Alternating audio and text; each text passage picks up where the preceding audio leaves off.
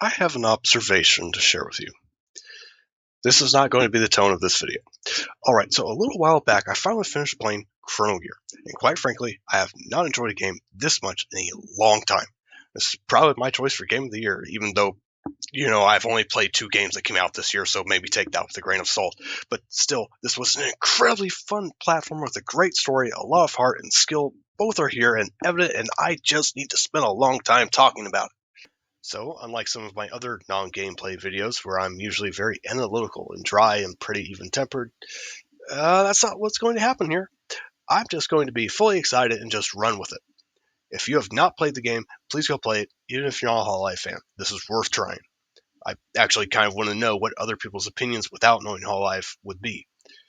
The gameplay, superb. The workmanship's just through the roof. Aesthetics, music, gameplay, the feel, the mechanics, it's all there, and I have to talk about it.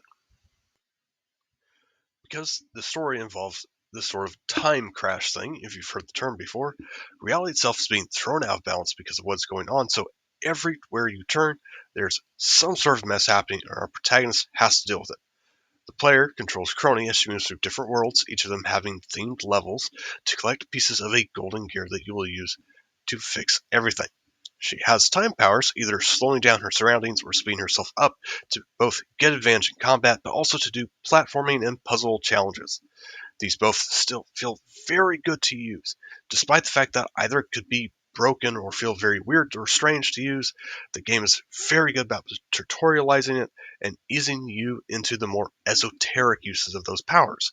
And by the end, you're solving multi-story puzzles, going through giant towers, and just there's a level at the end that is almost 40 minutes of platforming and puzzles, and it feels great because it's using everything you built up in new and inventive ways and combining them. It's just really good. So quickly, there's a story about somebody with time powers. They do have a lot of mechanics that center around this, but they also take the timeline alternate dimension type story and make it work incredibly well. The story is about Oro Crony, who is a member of a group of beings that are representations of major universal concepts, in her case, the concept of time. This council is up against I guess you would say, demon called Laplace, who is trying to take control over time for reasons that aren't initially clear. All we know at the start is that Laplace has this evil organization that works for her and is trying to take over. We eventually find out more, though. To get back to the story, it actually has a more serious story than it may seem at first. It builds up to it properly, starting out with a light tone to the dialogue and script, but still makes it clear that the characters take their tasks seriously. But as the story goes on, there's a noticeable escalation in the threat and how serious it's played. While there is humor throughout, only leaving briefly during a certain point in the third act, it still feels quite natural. The characters do often feel like they're responding properly to the situation, probably help because they are in fact based on actual people who at this point have shown various emotions to the public eye. As Cronin goes through each of these worlds, she meets a lot of other characters. Some only briefly, some just get a few lines, and others get to play a major role in the story, particularly the other members of the council. Characters who, like Crony, are embodiments of concepts and are essentially the main party of heroes for this fight. Even if Crony is the one who does most of the face-to-face fighting, because this is more personal to her and her powers just make her the best one for this kind of fight. Once she clears up what's happening in her world, she goes to each of the other council members' worlds to help them out with something, usually fights their boss or two, before moving into confronting the final boss and main villain of the story, Laplace. These levels have a lot of fun spins on a lot of the typical things you would see in platformers. You have a beach, you have an underwater level, you have a carnival, you have a train, you have outer space, you have multiple castles, you have a spooky forest, a normal forest, a snowy forest, city streets, a casino arcade, an opera house slash rock concert stage. It just goes on and on and on. It's amazing how much variety they managed to pack in here and still not feel like they're just taking what's already been done or doing your standard Green Hill Zone again. Each of these worlds also have a hub stage where you can stop and talk to other characters, have a couple mini games, or just see the environment and usually find a lot of references and Easter eggs. Major spoilers here, because I really want to talk about the twist of this story. What I'm really excited to talk about is as you go through the story, you start getting the sense that something is not quite right with our player character, Crony. There are a few times where she says something that just doesn't quite add up with what you already know, or seems to know things that don't match with what we, the player, and she would know about our villain. For starters, she does start to act awkward around her friends, and part of this does seem to be resolved pretty quickly early on. She seems to feel guilty about losing the initial battle against the main villain, and it was her creation, the Chrono Gear, being destroyed, which seemed to be responsible for the current state of their reality. But her friends notice this, and before the end of the first act, they're already talking to her about it and telling her it's okay and that they can move on. Which is great, honestly, because it's nice to just get that cliche out of the way. But the weirdness continues. First, we see the main villain's counterpart in this universe is still a relatively harmless small-time villain, who quite frankly doesn't even manage to get up to much villainy. By this point, it's pretty clear that the villain is from another timeline, but before the council can go face the main villain, our player character is confronted by another character, Amelia Watson, another time traveler in the setting who confronts Crony with the many things that do not add up about her story, and has concluded that our player character is actually Crony from another timeline. Not only does this lead to one of the best boss fights in the game as they come to blows before Crony is willing to admit that she shouldn't have hidden this is played wonderfully. The twist in the game is that our player character isn't who we think it is, but it's certainly reasonable. There's no actual lying to the player about it, and because of this, a lot of people could figure it out before it is actually revealed. But they take this and add to the story in a grand way. During the battle with the villain, they end up throwing the player Crony and one of her companions, Iris, into the other timeline, and we find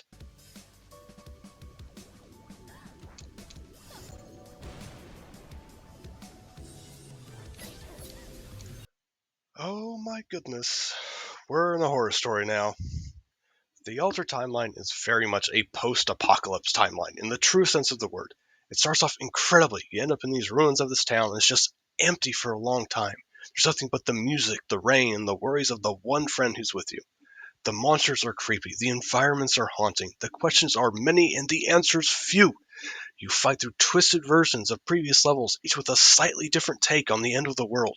You have to fight a version of one of your friends, puppeted by goodness knows what, and you see your only friend have a breakdown when they realize the truth and what it means. It leads to one of the best boss fights in the game. Then it leads to another one of the best boss fights of the game. And somehow it just keeps going after they get back to the first timeline. It just keeps getting better, and then you realize this is one of the rare hold on. stories with alternate timeline Excuse that me. makes it all work out. I'm going to switch to my teacher voice for a bit here. I really do think that this twist is something special in how it's executed. Time travel and alternate timelines can be tricky to make work without diminishing the perceived stakes for the audience, since if either of these elements are used enough, they can be seen as an easy way out of lasting consequences in the story. Chrono Gear's twist is that not only a major character, but the title character died and has been replaced by their counterpart from an alternate timeline. Rather than lacking in consequence, it is treated as a tragedy once it is revealed. Once the player knows what has happened to the first timeline's Crony and what the second Crony, our actual main character, has gone through, it adds immense weight to what she does. Even before the reveal, the player sees that this Crony, while outwardly vain, has private insecurities and a haste and drive to protect her friends that surprise them. At first, this seems to be explained by her friends concluding that this is because she blames herself for the situation. After the reveal, however, this takes on a new light. It's true that this element of self-blame is there, but on a scale far greater than it first appeared. Crony has lost everything, in a horrible and tragic fashion, and that is her driving motivation through the story. But it goes beyond Crony, as well it should. How the rest of the council react to their Crony having been replaced is important to the story. The only immediate reaction we are privy to is Iris, who is reduced to tears upon learning that Crony is dead. This is especially effective as Iris is the most consistent companion for the player, and as the embodiment of hope, Iris being overcome by despair has very physical consequences. The others of the council do not get as much time, as their initial reaction isn't shown, but a fade to black, leaving it to the player's imagination. An imagination very much primed by Iris's response. But we do see them discuss it, and their responses run the list of sorrow, anger, confusion, and acceptance. Mumei's response in particular stands out to me, as she worries that she may forget the difference between the first crony and the one that is there now. While this is due to Mumei's own memory issues, it speaks to a real thing that can happen with some who lose family or friends, feeling the need to leave the empty space in their lives empty, to keep an empty chair at the table and not let anyone fill it, literally or figuratively. Both the council and crony don't let their loss stop them from caring about and protecting someone new. Sadly, the same cannot be said of Alter Laplace. Instead, she's unable to accept her loss and is determined to get her friends back, to the point of using not only her counterpart, but the counterpart of her dead friends as tools in her plan to bring her real friends back. Alter Laplace wishes to gain power over time to undo the tragedy that befell her timeline, despite being warned often that it is impossible. By contrast, while Crony has the power to rewind time, she does so incredibly sparingly.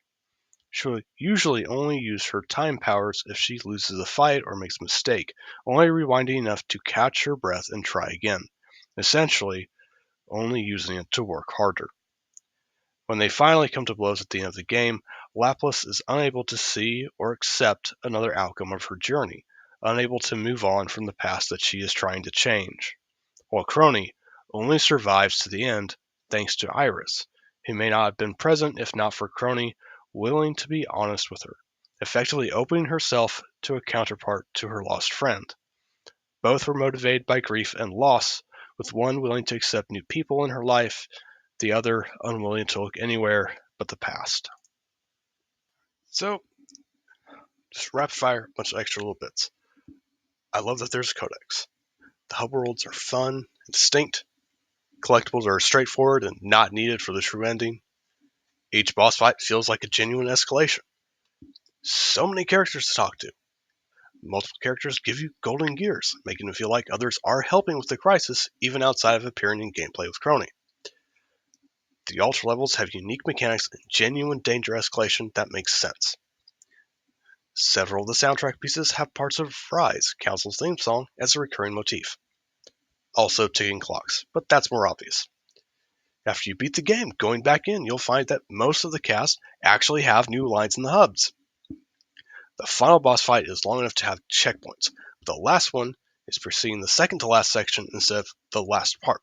This, I think, is because the last phase is one-on-one, and since Iris appears to heal you at checkpoints, her not being there is fully selling that the council isn't present and it's down to only Crony and Alter Laplace, who also doesn't summon minions like she did earlier.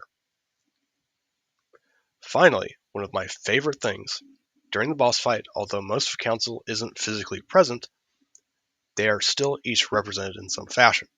Crony and Iris are obvious, still appearing physically. The battle takes place on and around a spaceship, which later comes down in the chaos of the battle, with the fight ending on a beach, the first natural setting of the fight, and probably for a while for the player. The only one that doesn't fit cleanly is Mumei and Civilization. I could argue for all the technology representing Civilization, but that could be more representative of Laplace. For Mumei, though, I could also argue that there are a few parts of the fight that imitate previous boss fights, especially Laplace's own, that have to be remembered to be fought properly. It's a stretch, and probably not the developer's intention, but I think it's a fun thought. Chrono Gear is one of my favorite games in recent years, and the most fun I've had with the game in a long time, even with my machine not being entirely up to the task. It shows heart and passion while also proving itself as a skillful work, a combination that you just love to see. I'd recommend it to pretty much anybody, again, even if HoloLive is a foreign concept to you. I can see myself coming back to this years later, and I'll be absolutely looking for anything else this team makes. Okay, so that was my first review kind of video. Also, probably one of the more complicated ones I've ever done in terms of editing. This has taken a lot, but I hope it was worth it, especially because I had a lot of things I was considering to be making for my end of year video essay. But then I played Chrono Gear, and I had to talk about it, and ended up doing this. If it hasn't been said enough, absolutely check this game out. Check out the many people who worked on it. There's a lot of really cool people, really talented people who absolutely deserve more attention than I do. But if you were here and watching, thank you very much. I don't know if I will do anything more with Chrono Gear. Maybe I have another idea, but I think I need to work on some of my other ideas and projects first. But we'll see. But as always, if you've been watching, especially if you watched the whole thing, thank you very much for watching. I love to hear from you, what I'm doing right, what I'm doing wrong, anything in between, really. And I hope you'll come by again.